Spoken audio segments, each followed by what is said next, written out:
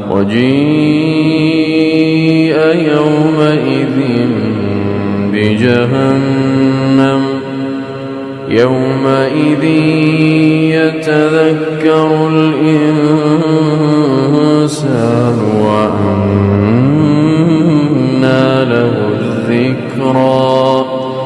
يقول يا ليتني قدمت لحياتي فيومئذ لا يعذب عذابه أحد ولا يوثق وثاقه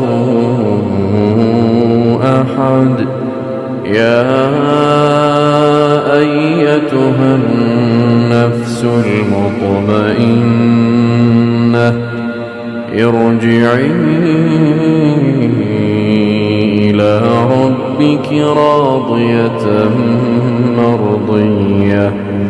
فادخلي في عبادي وادخلي